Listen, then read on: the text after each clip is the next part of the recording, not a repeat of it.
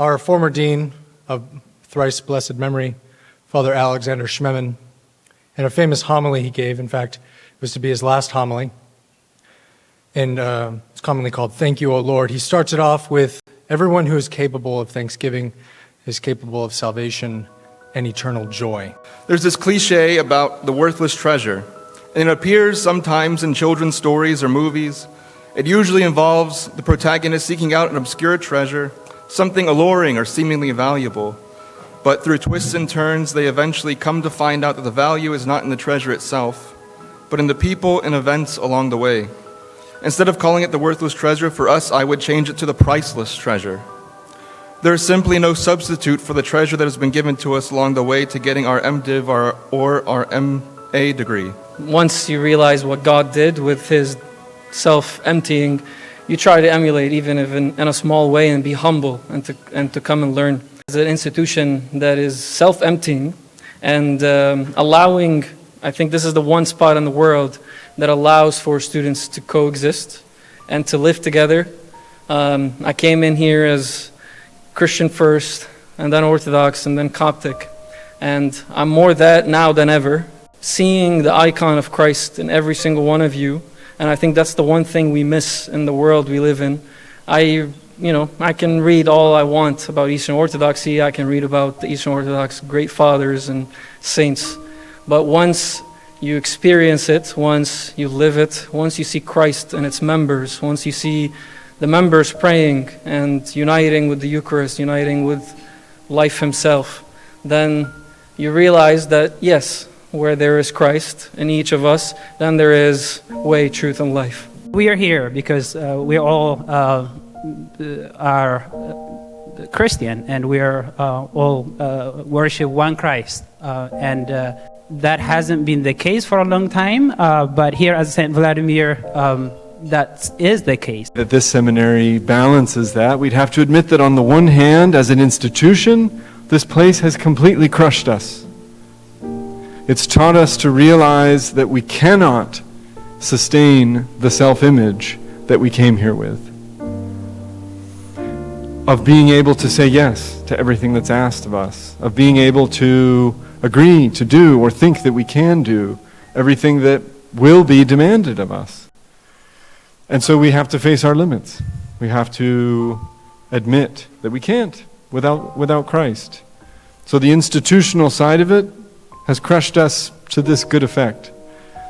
But on the other side, it hasn't lost the personal dimension of charisma. I can honestly think of no other place on earth that I've ever been that has been at once an efficient, well-structured and ordered institution, and at the same time, as so many have said here, is full of people. It didn't matter that if we were different ages, jurisdictions, walk of life, educational backgrounds. What mattered is that it was almost like boot camp, where all these people from all walks of life who were together with a common purpose, and we were doing our best to make sure everyone got over the wall together. The most important thing about my time here has really been, beside the formation, and it's part of the formation, but beside the academic formation, has really been the community life. And we all started here, most of us started here, in the midst of the COVID pandemic. And I can't really think of a place better to spend the COVID pandemic, maybe a well-furnished, well-stocked country house somewhere.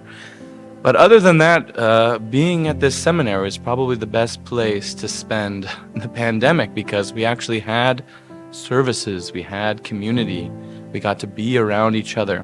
And that community has shifted, changed, people have left, more people have come, and it's always remained a community, always remained a group of people striving to be like Christ, to be with Christ, to be with each other.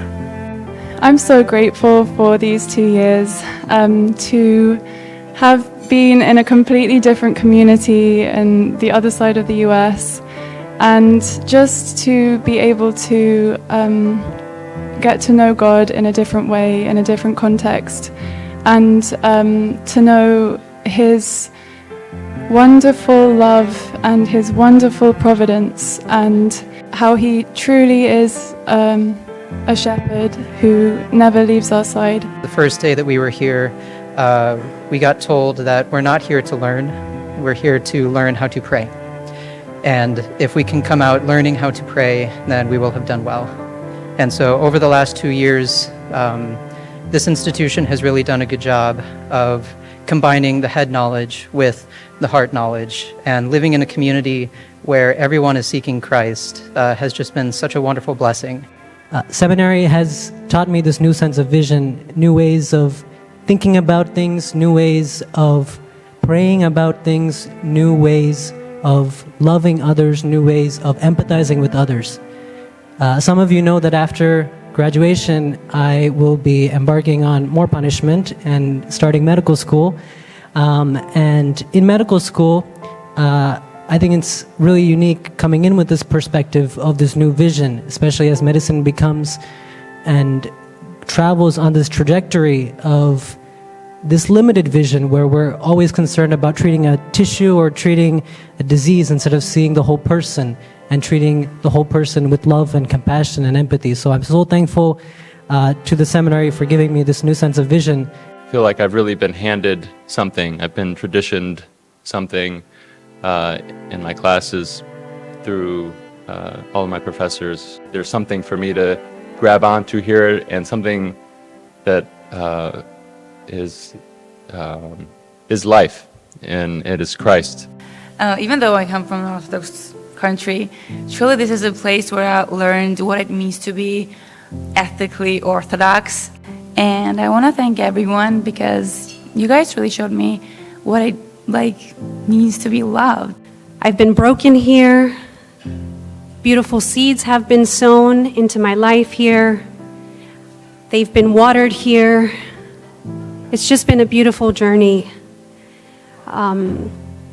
I've learned so much, and I'm so grateful to every single one of you, to the administration, to the staff.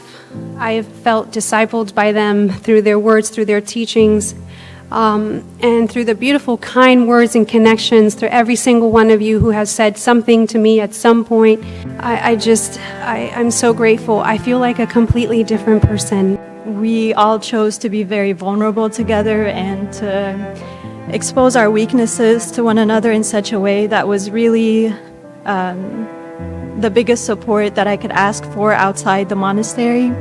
And I'm also very thankful for all the children who brought so much joy to my heart and distraction to my mind to all of the services.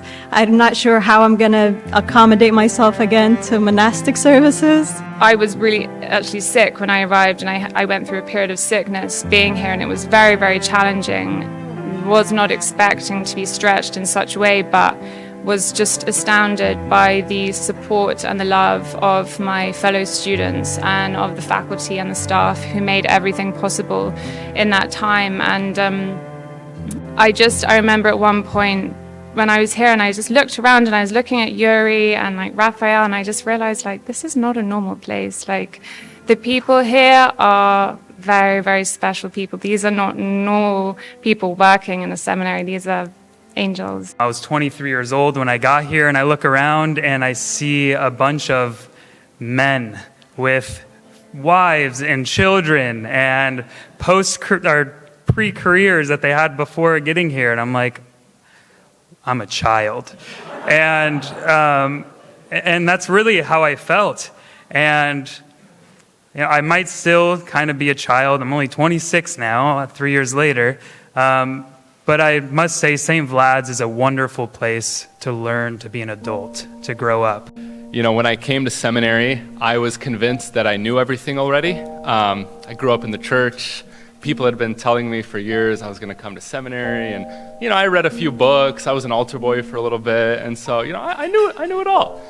And the first class I had was Greek. Professor Barnett. That was all of our first class that Monday morning. And I remember realizing, I don't know anything. And then the next class I had was Old Testament with Father Bogdan. And again, I realized, I really don't know anything. But that's actually been the greatest gift that St. Vladimir's has given me, is realizing how little I know and realizing how much I have to learn. And I look forward to spending the rest of my life, Lord willing, continuing that education, continuing that process. I think I remember most of all the love of all of you. I don't know what else we will remember, but I hope it is many, many things. Thank you. It's when Alyosha is giving his speech at the Stone and he's telling the children, if you can remember one good memory, it might someday serve for your salvation. That's what I'll think when I think back on this place. So thank you all.